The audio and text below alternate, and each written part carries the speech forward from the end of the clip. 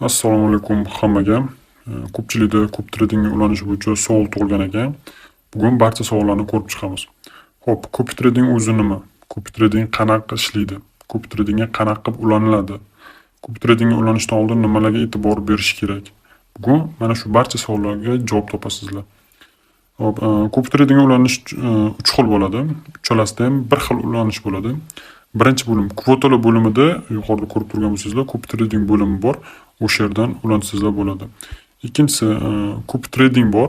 Mana bu yerda yuqorida hisob raqami tagida mana ustiga bosib kirsangizlar, mono managers bor. Ya'ni kim ko'p trade qilayotgan bo'lsa, o'sha traderda nomi ostida qancha kapital boshqaryapti, oylik abonement to'lovi qancha va foydadan necha foizini oladi, savdodagi foiz qancha bo'ladi, o'sha barcha ma'lumotni topishinglar mumkin.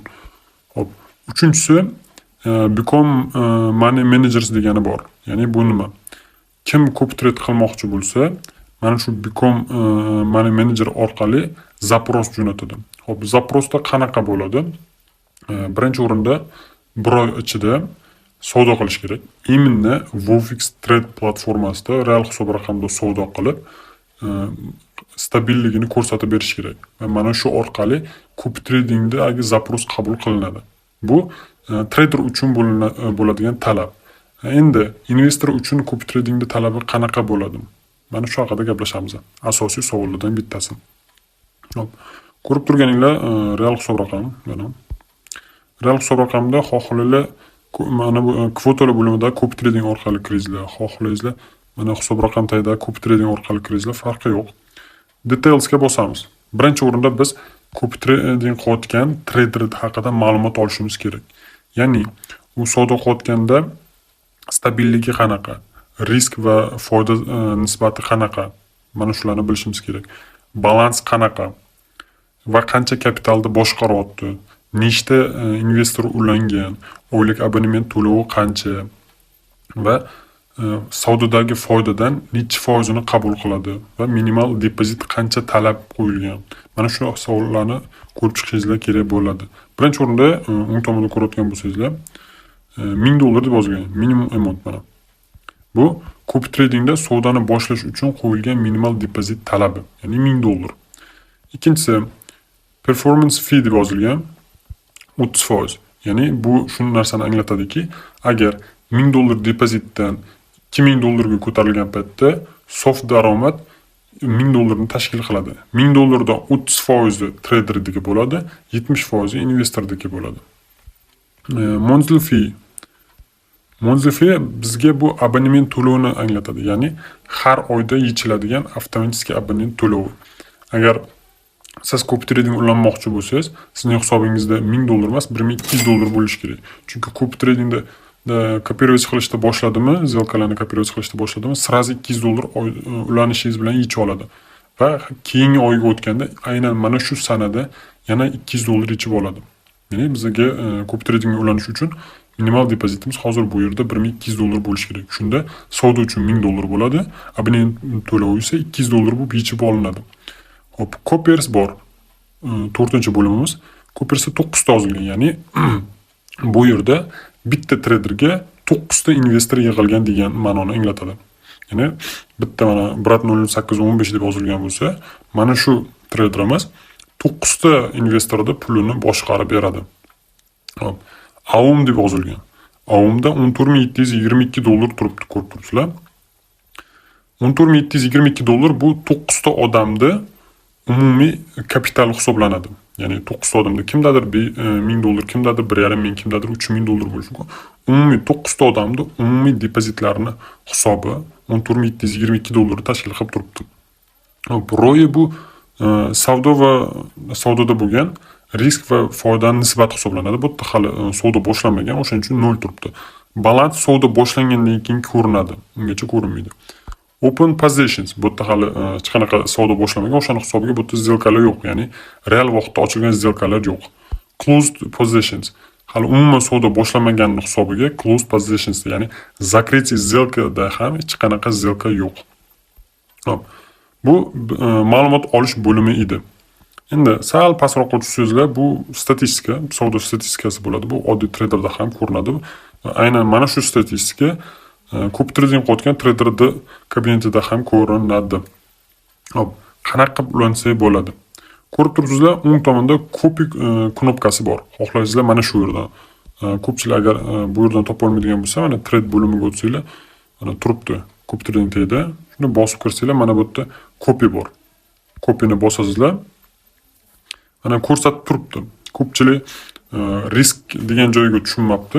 Ya'ni katta gruppada aytishgan ekan. Ham risk hammani bo'yinda bo'ladi deyilgan. Nimani hisobiga bunaqa deyishyapti?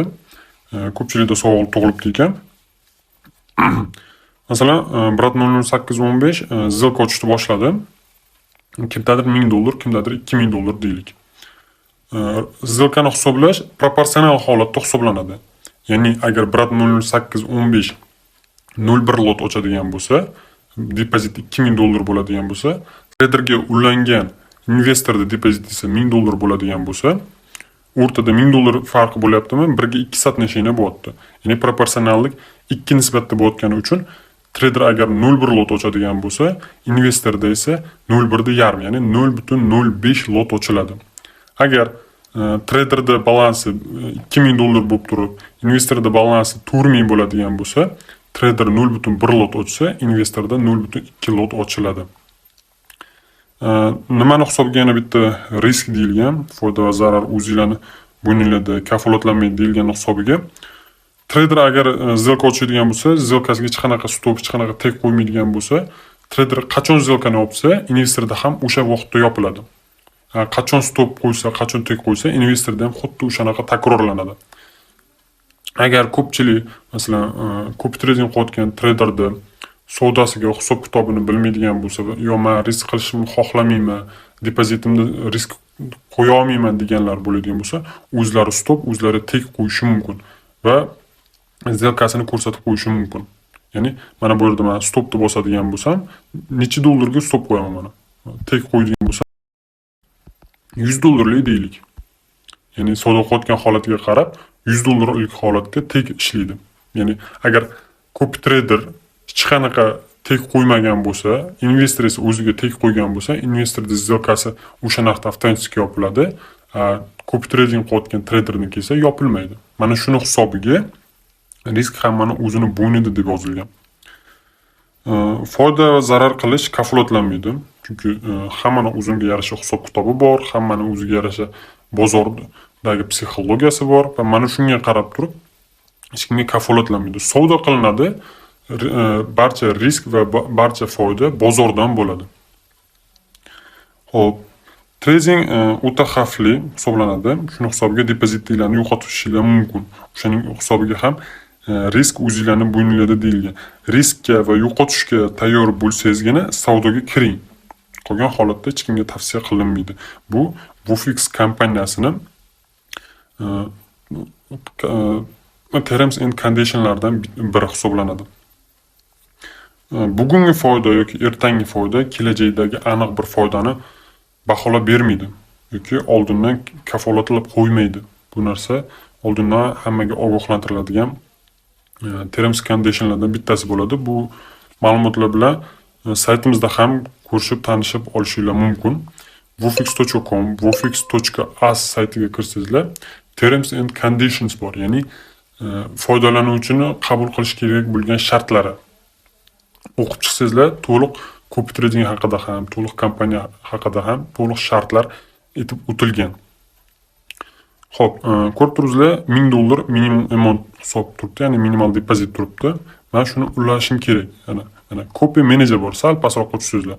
Copy managerga bosaman mana. Subscription fee, ya'ni oylik abonement to'lovi $200 yechildi. Mana ko'rib turganingizdek, boya $9242.37 edi. Hozir esa $9242 qoldi.